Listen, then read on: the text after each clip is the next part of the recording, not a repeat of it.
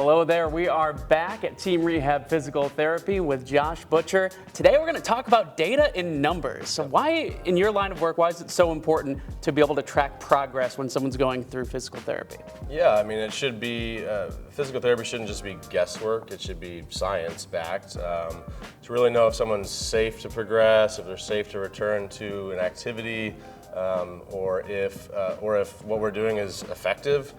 We need to know not just on, oh, hey, how you feeling, but hey, look at this is improving, or this is, too weak, or you can't jump this far, or your functional scales show it's too low or too unsafe. So there's lots of ways we can track that and use it to help make decisions. What are some of the different tests and tools that you have at your disposal to measure those progress? Yeah, so the most basic ones that most physical therapy clinics would have is what's called a goniometer.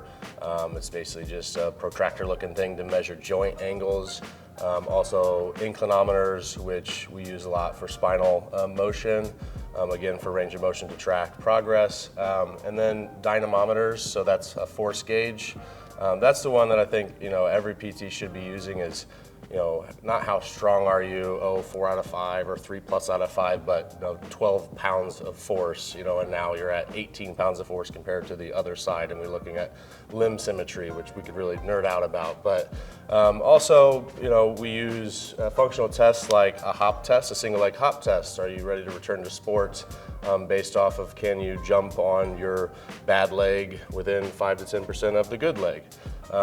We also ask the patient, so we use a company called Limber that gives them a survey on day 1 and then every 2 weeks, and that's looking at kind of their perspective, what's their pain and how's that progressing, what's their quality of life and how do they rate their function, how well they're doing. So we take the measures, we give them measures, and we use that together to really track things appropriately. How much of a red flag is it then if someone's working with a physical therapist that isn't making sure that they're tracking all of the data?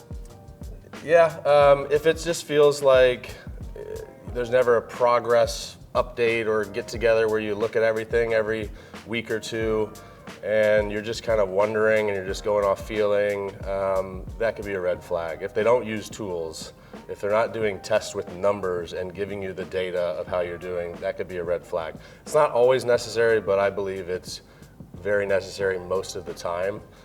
And also, yeah, there should be some way for you to track, whether it's you take a survey every once in a while on an iPad, you get a survey sent to you in a text or email.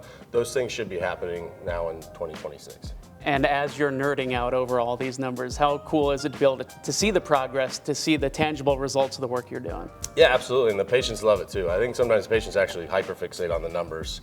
So you gotta be careful of how often you tell them.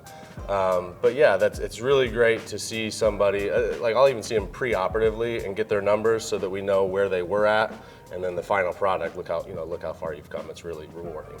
Josh, thank you for sharing some of your data with us today. Yeah. All right, for more information on Team Rehab Physical Therapy, you can check out the details up on your screen right now.